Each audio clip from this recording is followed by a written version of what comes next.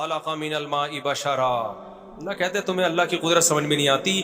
ایک غلیظ پانی سے انسان کو بنایا میں نے, اس پانی کو دیکھو, اور بنا کے کیا فجعلہ نسبا وصہرا, اس کو دو خاندان دے دیے, ددیال نلیال, اور بلوغت کے بعد ایک خاندان دے دیا سسرال. اتنی بڑی عزت دے دی اس کو, خاندانوں میں پیدا کیا. اس کی خوشی پہ ددیال نلیال بھی خوش ہوتا ہے, سسرال بھی خوش ہوتا ہے. اس کے رونے پہ ددیال نلیال بھی روتا ہے اور سسرال بھی روتا ہے. ایک پانی کو اتنی عزت آٹومیٹیکلی اب بولتی بند نہیں مل سکتی. لوگ کہتے ہیں نا بولو نہ بولا نہیں بولا کرو, آپ خود ہی بول لیا کریں تاکہ میں بولو نہ نہیں بولا کرو, سینٹنس مکمل کر لیا کریں. ایک غلیظ پانی تھا, کوئی کہہ سکتا تھا ایک ایسے پروسیس سے اس کو بھی گزارا جائے گا, ایک ایسی مشین میں کہ یہ چودھری اور وڈیرا بنے گا, ٹھیک ہے نا, یہ سائنٹسٹ بنے گا, اور یہ ایک سیاستدان بنے گا, یہ ایک بڑا آدمی بنے گا, یہ ملینز بنے گا, بلینئرز بنے گا, اور پھر اس کا ایک خاندان ہوگا. اس کو تنگ کرو گے, اس کا باپ بھی آئے گا, ماں بھی آئے گی لڑنے کے لیے, پورا پیچھے خاندان ہوگا, اس کے رونے پہ خاندان روئے گا. پھر اس کا اللہ نے تو ایک سسرال کا ذکر کیا, میں نے اس آیت کی قدر کرتے ہوئے میں نے کہا جب سسرال اتنی بڑی نعمت ہے تو 4 ہونے چاہیے. تو میرے اوپر یہ آیت اور زیادہ فٹ آ رہی ہے. کیا خیال ہے بھائی کہ هو الذی خلق من الماء بشرا, اللہ نے غلیظ پانی سے انسان کو پیدا کیا اور اسے نسب بھی دیا, اور 4 عدد نسب ایک دیا, سسرال کتنے دے دیے. اس سے پتہ چلتا ہے, اس آیت سے پتہ چلتا ہے کہ خاندان ایک بہت بڑی نعمت ہے, اور نعمت جتنی زیادہ ہو اتنا اچھی ہوتی ہے. پیسہ نعمت ہے یا نہیں ہے؟ تو کبھی کوئی کہتا ہے زیادہ پیسہ ایکچولی میں خرچ کہاں کروں گا, ایکچولی مینیج کرنا مشکل ہے. ابے لے آ, بعد میں دیکھیں گے کیا مینیج کرنا ہے اس کو. تو اولاد بھی نعمت ہے. یہب لمن یشاء اناثا, اللہ کہتے ہیں گفٹ کرتا ہوں بیٹے بیٹیاں, آنے دے, آنے کے بعد کرنا ہے کہ کرنا کیا ہے ان کا, آنے میں نہیں روکنا ان کو کہ گفٹ کم لینے ہم نے, گفٹ تو جتنے زیادہ آ جائیں, اس کے بعد پھر ان کا کرنا کیا ہے. تو بچے پیدا ہونے سے مت روکو, ہونے کے بعد پھر پلاننگ کرو. مسئلہ یہ نہیں ہے, بچے جو بگڑتے ہیں نا اس لیے نہیں کہ زیادہ ہے, اس لیے کہ پیدا ہونے کے بعد بھی نہیں سوچ رہے ہوتے ان کو بنانا کیا ہے ہم نے. وہ تو ایک بھی بگڑ جائے گا, پھر تمہارا بچہ پیدا ہوا تم قیامت تک سوچتے رہو گے کرنا کیا ہے اس کو, تو چور بن جائے گا, آٹومیٹیکلی ڈاکو بن جائے گا.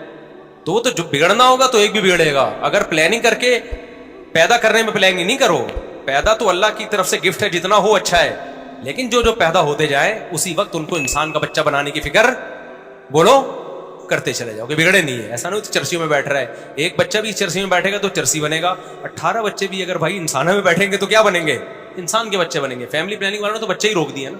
تو نسبا وصہرا, قرآن کہتا ہے سسرال والا بنایا, تو سسرال بھی جتنے زیادہ ہوں اتنے کیا ہیں, اور نعمت ہے سسرال. آپ کسی, یہ تو ہم مذاق کرتے رہتے ہیں, مذاق اڑاتے رہتے ہیں سسرال کا, دل بھی چاہتا ہے لیکن اب کیا کریں, مجبور ہے.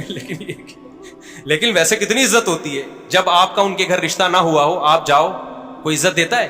جہاں آپ کی بات ابھی شادی بھی نہیں ہوئی, صرف رشتہ طے ہو گیا ہے, بھائی دولہا بھائی آئے ہیں, بھائی ان کا سموسے کا پوچھو, ایسا نہ ہو برا لگ جائے. آپ کو پتا ہے ادھر برا, ادھر اس کو ٹینشن دی, پارسل کدھر کرے گا, یہ بہن پہ جا کے پارسل کرے گا. یہ سسر کو پتا ہوتا ہے داماد کو ذرا سا ٹارچر کیا, میرے سامنے تو کچھ نہیں بولے گا, یہ پارسل کدھر کرے گا, بیٹی پہ جا کے غصہ نکالے گا. کیسی رسپیکٹ مل رہی ہوتی ہے دامادوں کو. کیا خیال ہے بھائی, بیٹھیے آپ آئیے, ورنہ کون گھسنے دیتا ہے یار. اجنبی لڑکی ہوتی تو عزت دار لوگ تھوڑی گھسنے دیتے, بغیرت تو آتے ہیں, آجا بھائی لیٹ کیوں آیا, تو کب سے انتظار کر رہی ہے. بوائے فرینڈ جو ہوگا نا, تو اس میں تو ابا آج کل پریشان ہوتے ہیں جن میں غیرت ہی نہیں ہوتی. تو قرآن کیا کہہ رہا ہے بھائی, یہ اس ٹاپک, یہ قرآن کہہ رہا ہے یہ آٹومیٹیکلی یہ ممکن کہ پانی کو اتنی عزت مل جائے, اس کے دنیا میں آنے سے پہلے اس کے خاندانوں کا انتظام ہو جائے, بلوغت کے بعد بھی انتظام ہو.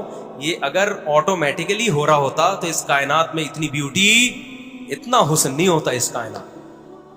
یہی وجہ ہے کہ جو قرآن کے منکر ہیں وہ اس بیوٹی سے محروم. ان کے ہاں نہ سسرال ہوتا ہے نہ ددیال ہوتا ہے, ایک ننیال میں ایک عدد اماں رہ گئی ہے بس خالی ان کی, اور اس سے وہ جان چھڑا نہیں سکتے. ورنہ گورے کا بس چلے تو وداؤٹ اماں بچے پیدا ہوں, کلوننگ کے ذریعے, ٹیسٹ ٹیوب کے ذریعے, اماں کے رشتے سے بھی کٹا دے, بولو ریاست کے غلام بن کے رہو, بس تم اسٹیٹ کے غلام بنو, ٹیکس ٹائم پہ دے دیا کرو. وہ مجبور ہے, اماں سنگل مدر, سارا ان کا نہ ان کے یہاں سسرال ہوتے ہیں, نہ سالے ہوتے ہیں, نہ سالیاں ہوتی ہیں, نہ کزن ہیں, نہ سب سیٹ اپ آہستہ آہستہ کیا ہو گیا, ختم. کیوں؟ اللہ کی آیتوں کا انکار کیا. تو اللہ نے خاندانوں کی جو محبتیں تھیں وہ چھین کے اس کے بدلے میں ان کو کتے پکڑا دیے اللہ نے کہ ان کتوں سے دل لگاؤ. فرانس میں بھی کتے پالے جاتے ہیں. میرا ویزا ریجیکٹ ہوا اس چکر میں یورپ کا. انہوں نے کہا ہمارا مذاق اڑاتا ہے. میں نے کہا مذاق نہیں اڑا رہا بھائی, آپ تو کتے پالتے ہیں ماشاء اللہ, کتنے اچھے لوگ ہیں آپ لوگ, کتے پالتے ہیں. ہمارے کتوں کا حال دیکھو. ابھی ایک واقعہ سناؤں, کتے پہ بڑا زبردست واقعہ ہے. اتنے کتے ہو گئے نا, اللہ کے ایم سی والوں کو بہت جزائے خیر دے. کچھ رپورٹیں آئی ہیں انہوں نے کتے مارنا شروع کیے ہیں. ہوا یہ کہ کل ایک داڑھی والے صاحب آئے, داڑھی ان کی تسبیح ہاتھ میں, یہی ہمارے دوست ہیں, اور ٹوپی ماشاءاللہ, بڑا پر نور چہرہ. مجھے کہتے ہیں مفتی صاحب مجھے ایک مسئلہ بتائیں. میں نے کہا کیا ہو گیا؟ کہتے ہیں یار وہ ایک کتا مر رہا تھا اور بالآخر اس نے دم توڑ دیا. تو کے ایم سی کی گاڑی مجھے نظر آئی. میں نے کہا یہ آپ لوگوں نے میں سے کسی نے مارا ہے؟ اس نے کہا ہاں. کہتے ہیں میں نے کہا بہت شکریہ آپ کا, اللہ جزائے خیر دے یار, یہ تو کتے بہت کاٹ رہے تھے انسانوں کو, تو شکر ہے آپ نے کچھ کنٹرول کیا. ایک نقاب میں خاتون ڈرائیونگ کرتے ہوئے نا گاڑی کہتے ہیں میرے قریب آ کے رکی. انہوں نے میری بات کہتے ہیں سن لی. انہوں نے کہا کہ یہ آپ کہہ رہے ہیں کتا مارنے کے بارے میں؟ میں نے کہا جی. میں نے کہا یہ آپ کو خوشی ہوئی ہے کتے کو اس طرح سے مارا گیا اور یہ مر گیا, یعنی زہر وہر کچھ کھلایا ہو؟ جی مجھے خوشی ہوئی ہے. تو آپ نماز بھی پڑھتے ہیں؟ ابھی نماز پڑھنے جا رہے ہیں. جی نماز, دعا بھی مانگیں گے اللہ سے, ذکر اذکار بھی. جی ایک طرف آپ کتے مار رہے ہیں, دوسری طرف نمازیں پڑھ رہے ہیں. مطلب یہ تھا کہ یہ کھلا تضاد نہیں ہے؟ یعنی ایک طرف آپ ٹوپی پہن کے داڑھی پہن کے اتنے اچھے کام بھی کر رہے ہو, اور دوسری طرف ان مخلوق پر کتوں کے ساتھ یہ ظلم. یعنی عجیب اسلام ہے آپ کا, ادھر کتے بھی مار رہے ہو, ادھر اللہ کی عبادت بھی. کہتے ہیں میں نے اس خاتون سے کہا, کل کا واقعہ ہے, کہتے ہیں میں نے اس خاتون سے کہا کہ دیکھیں یہ کتے انسانوں کو کاٹتے ہیں. خاتون فوراً کہتی ہیں کیا سارے کتے کاٹتے ہیں؟ میں نے کہا نہیں, کتے پہ لکھا ہوتا ہے کہ یہ کاٹے گا, اور یہ والا کاٹنے کے لیے, اور یہ کسی کو کچھ بھی نہیں کہے. وہ بیچارے اتنے کنفیوز ہوئے اس خاتون کی نصیحت سے, میرے پاس آیا کہ یار مصعب میں نے کوئی ظلم ہو گیا. میں نے اس کو اپریشیٹ کر دیا. کہ میں نے کہا کے ایم سی والوں نے پہلی دفعہ کوئی خاندانی انسانوں کے بجائے فوکس کس کو کرنا شروع کر دیا انہوں نے. یہ بہت گڈ نیوز ہے. پہلے تو جو گٹر کے ڈھکن, یہ کے ایم سی کی ذمہ داری ہے نا, گٹر کے ڈھکن میں کتنے مرد ہلاک ہو گئے ہیں وداؤٹ ڈھکن کے لوگ, تو یہ سب کے ایم سی کے کھاتے میں جا رہے ہیں نا. اور جو بجلی کے کھمبوں سے لوگ, بجلی کے کھمبے کراچی میں گلے ملتے ہیں آ کے, خود چپک چپک کے بندے مارتے ہیں بارشوں کے موسم میں, تو یہ بندے کون مار رہا ہے؟ تو کے ایم سی کے کھاتے میں جا رہے ہیں. اللہ کا کتنا فضل ہو گیا, اب انسانوں کو چھوڑ کر کے ایم سی نے کس کو فوکس کرنا شروع کر دیا؟ کتوں کو. تو گڈ نیوز ہے بھائی. اس سے زیادہ مجھے خوشی اس پہ ہوئی ہے. اتنے کتے یار, آپ کی سوچ ہوگی. ساری جو اینیمل لورز اور این جی اوز ہیں وہ آ کے وہ رکاوٹ بنتی ہیں. خیر بات کو جلدی سے سمیٹیں, نماز کا ٹائم ہونے والا ہے. تو اللہ میاں نے اس نظریے پہ بھی قرآن میں بہت رد کیا کہ اس کائنات میں نیچر میں جو بیوٹی ہے آٹومیٹیکلی نہیں ہے. دوسرا نظریہ شرک کا, جو اللہ کو مانتے ہیں وہ اللہ کے علاوہ بھی بہت سوں کو مانتے ہیں. ہندو دیکھو نا کتنے کتنے بھگوان ان کے. تو قرآن نے کہا اللہ کا مطلب کیا ہے؟ صرف ایک, کسی مزار پہ کسی قبر سے نہیں مانگنا, کسی بزرگ سے نہیں مانگنا. انتم الفقراء الی اللہ, تم سب کے سب اللہ کے در کے محتاج, حاجت روائی مشکل کشائی اللہ کے سوا کوئی نہیں کرے گا. اور تیسرا قرآن نے جس چیز کو فوکس کیا, جس کا اس آیت میں تذکرہ ہے کہ موت کے بعد حساب و کتاب ہے.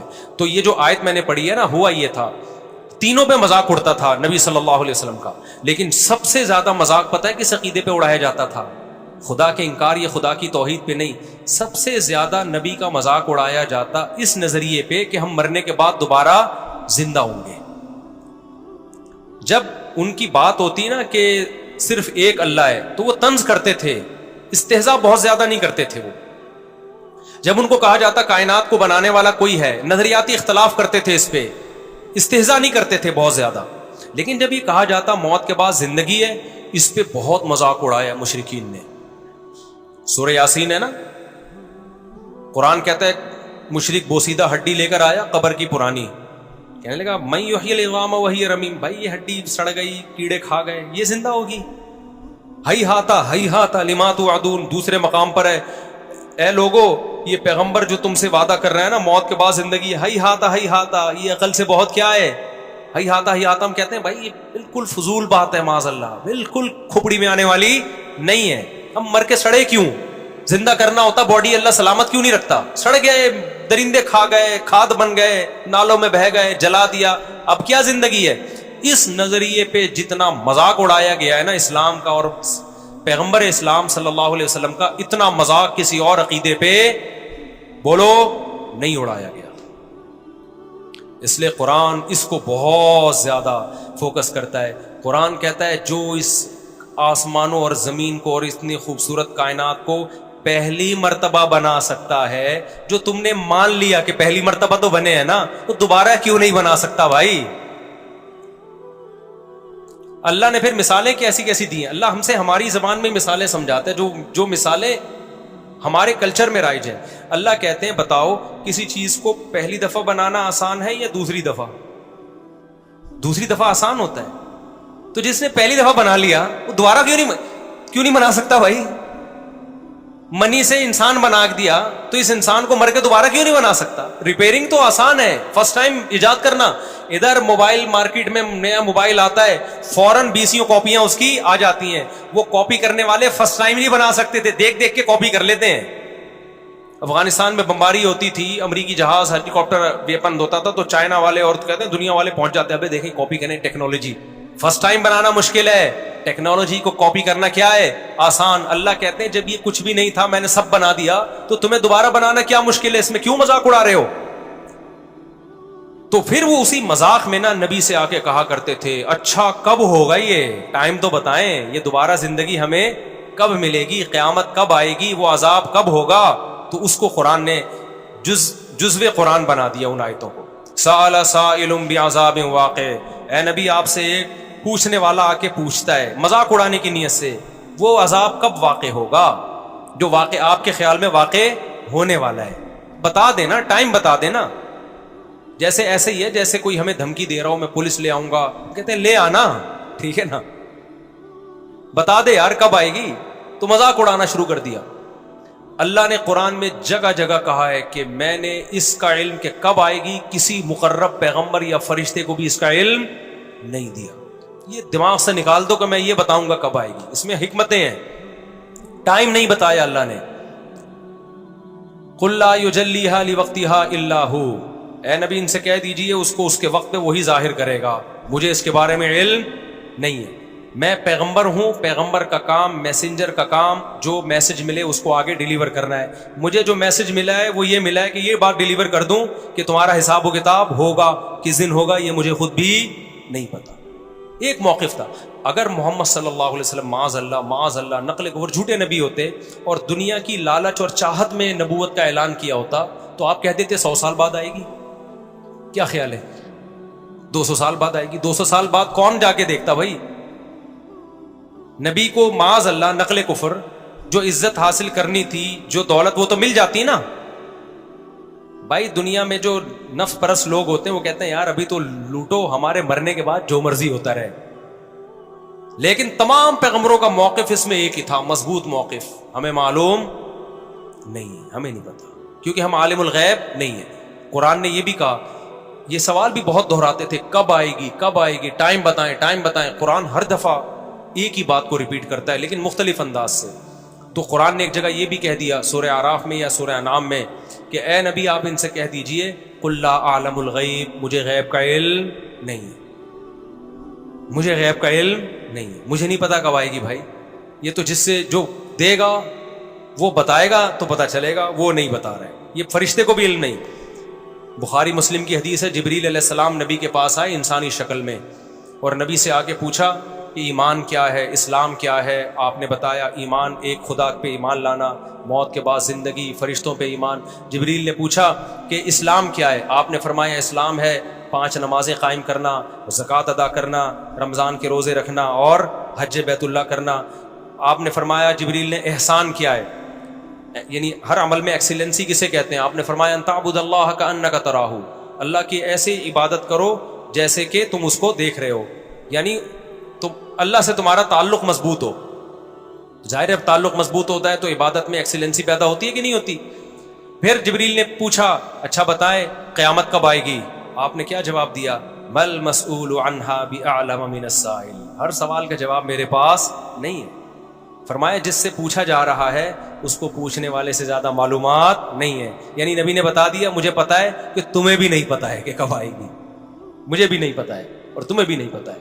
پھر جبریل نے کہا کہ یا رسول اللہ علامتیں بتائیں قیامت کی, یہ تو نہیں پتا کب آئے گی, کچھ علامتیں تو ہوں گی, آپ نے علامتیں بتائی ہیں. ہمارے نبی نے قیامت کی علامتیں بتائی ہیں, قیامت کا ٹائم نہیں بتایا. اس میں ایک بڑی علامت کیا بتائی, ان تلد الامۃ ربتها, باندی اپنے آقا کو جنے گی. کیا مطلب, ہونا یہ چاہیے جو پیدا ہوا ہے وہ جس نے پیدا کیا اس کو اپنی ماں یا اپنا باپ سمجھے, لیکن پیدا ہونے کے بعد آپ اپنا باپ پیدا کرو گے, جو کہ آج کل کیا ہو رہا ہے. آج کل اولادیں ماں باپ سے ڈرتی ہیں, جوان اولادیں ماں باپ سے ڈرتی ہیں, ماں باپ جوان اولادوں سے ڈرتے ہیں. بولو نا, ماں باپ ڈرتے ہیں کس سے؟ بہویں ساسوں سے ڈرتی ہیں یا ساسیں بہوؤں سے ڈرتی ہیں؟ ساسیں بہوؤں سے ڈرتی ہیں. آج کل بہو آئی ہے بیچ کے نہ کھا جائے ہمیں. ونس اپون اے ٹائم بہوؤں پہ ظلم بہت زیادہ ہوا, اب بھی ہوتا ہے, لیکن اب ساس کو بھی لفٹ کرانا جو مدر ان لا ہے قرآن کے مطابق, اس کو لفٹ کرانا انڈیپینڈنٹ انڈیویجول میں لائف گزارتی ہے. میرے ہسبینڈ ہے, یہ میں ان کی وائف ہوں, آپ کون ہیں؟ آپ ان کی مدر ہوں گی نا, لائف کو انجوائے کریں اپنے ہسبینڈ کے ساتھ. وہ کہہ رہی بیٹا پانی پلا دو, بیٹا آج کچھ اچھی سی کھچڑی پکا کے کھلا دو, تو فوراً ایک بیان چلا دیں گی بہو پہ ساس کی خدمت واجب نہیں, اور ساس سسر کا اسلام میں کوئی رشتہ نہیں ہے. اس کا مطلب یہ جو قرآن نے کہا ہے کہ اس نے پانی سے انسان کو پیدا کر کے نسب والا سسرال والا بنایا, تو یہ سسرال والا اللہ نے ایویں ہی ذکر کر دیا. تو سسرال والے میں تو سب سے پہلے ساس سسر ہی آئیں گے نا, شوہر کے ماں باپ ہی تو آئیں گے. یہ تو اللہ میاں نے ایسے ہی کہہ دیا. نئے نئے اسکالر مارکیٹ میں آ رہے ہیں, کچھ بھی پھینکتے چلے جاؤ پھینکتے چلے جاؤ. میں مانتا ہوں بہوؤں پہ بڑا ظلم ہوتا ہے, وہ حرام ہے ناجائز ہے جو آج کل ظلم چل رہا ہے مارکیٹ میں, لیکن یہ بھی نہیں ہے کہ بہو اور ساس کا کوئی رشتہ ہی نہیں ہے. بھائی رشتہ ہے, اور ایک محترم رشتہ اللہ نے بنا دیا. تو خیر کہاں سے بات, ٹائم بہت کم رہ گیا, چلیے صاحب کدھر چھوڑا ہے میں نے پانی. ہاں, ان تلد الامۃ ربتها, نبی نے فرمایا قیامت کی علامات ہیں کہ باندی اپنے آقا کو جنے گی, یعنی باپ اپنے باپ کو جنے گا. آج کل جو ابا سے پیدا ہو رہے ہیں نا, وہ ابا کے باپ پیدا ہو رہے ہیں. ابا پوچھ ہی نہیں سکتے تو لیٹ کیوں آ رہا ہے, پوچھ سکتے ہیں آج کل جوان اولادوں سے, گٹر کے ڈھکن پہ اتنی دیر سے کیا کر رہا تھا بیٹھا ہوا. فوراً جو فلمیں ڈرامے دیکھتے ہیں نا, ڈیڈی پاپا, ایک تو ابو بلوایا کرو یار ابا کو. ابو کے لفظ میں کتنا پیار ہے یار, شکر ہے ہم اپنے ابو کو ابو بولتے. پاپا ڈیڈی بھی جائز ہے, بابا بھی جائز ہے. میرے ایک چینل کے بچے مجھے بابا بولتے ہیں, 3 چینلوں کے ابو بولتے ہیں. میرے پاس تو ہر قسم کی سہولت ہے, ڈیڈی بھی بلوا سکتا ہوں, لیکن جو بابا بولتے ہیں نا, میرا دل چاہتا ہے وہ مجھے کیا بولیں, ابو بولیں. ابو کے لفظ میں بڑا پیار ہے یار. خیر بابا پاپا ڈیڈی بھی چلتا ہے. ایک تو ہمارے جاننے والے ہیں, وہ ناراض نہ ہو جائیں, ان کے بابا پاپا اس طرح کتنے ہیں, تو لوگ کہتے ہیں بیکری کا سارا آئٹم ان کے یہاں پاپا بھی, اور پتہ نہیں مختلف چیزیں ان کے یہاں ہیں, اور بھی ہیں وہ نہیں لوں گا, وہ پھر ناراض ہو جائیں گے. وہ سارے بیکری کے آئٹم ہیں جو انہوں نے گھر میں لا کے رشتوں کے نام رکھے ہوئے. تو ابو کا لفظ میں کیا ہے, امی کے لفظ میں کیا ہے, پیار ہے بہت. امی ابو کتنا پیارا لفظ لگتا ہے, سارے چیزیں گوروں کی. ڈیڈ, جب ڈیڈ بولو گے نا تو بولے گا oh dad what are you doing, صحیح ہے نا, وہ پھر پوری انگلش لے گا, آدھی نہیں لے گا وہ. ابو کو ایسا بولنا بہت, ابو کے لفظ میں اتنا پیار ہے. ابو یہ کیا کر رہے, یہ نکلتا ہی نہیں ہے منہ سے. ابو بول دیا تو بس ہتھیار آپ نے ڈال دیے. اب ایسا نہ ہو ڈیڈی کو جا کے کچھ الٹا سیدھا بولنا شروع کر دو. ڈیڈ بول رہے ہو, ابو بول رہے ہو, چلو جو مرضی بولو, لیکن باپ کو سمجھو. کیا باپ ہے, وہ تمہیں ڈانٹ سکتا ہے, ضرورت پڑے تو تھپڑ بھی لگا سکتا ہے, مار دے, آگے سے سینہ مت اکڑا کرو. یہ قیامت کی علامات ہیں کہ بڑے چھوٹے بن جائیں گے, اور چھوٹے کیا بن جائیں گے, باپ بن جائیں گے. وقت مکمل ہو گیا, اذان بھی ہونے والی ہے. تو یہ 3 ٹاپک سمجھ میں آ گئے. تو سأل سائل بعذاب, واقعی میں بھی یہی کہ اس نے پوچھا کب آئے گی, تو اللہ نے فرمایا للکافرین لیس لہ دافع, جب آئے گی یہ تو میں نہیں بتاؤں گا, لیکن یہ بتا دوں جب آئے گی تو کوئی بھی اس کو ٹال نہیں سکتا. تو خود کہے گا کہ یہ کیوں آ گئی ہے قیامت. اللہ تعالی ہمیں سمجھنے کی عمل کی توفیق عطا فرمائے.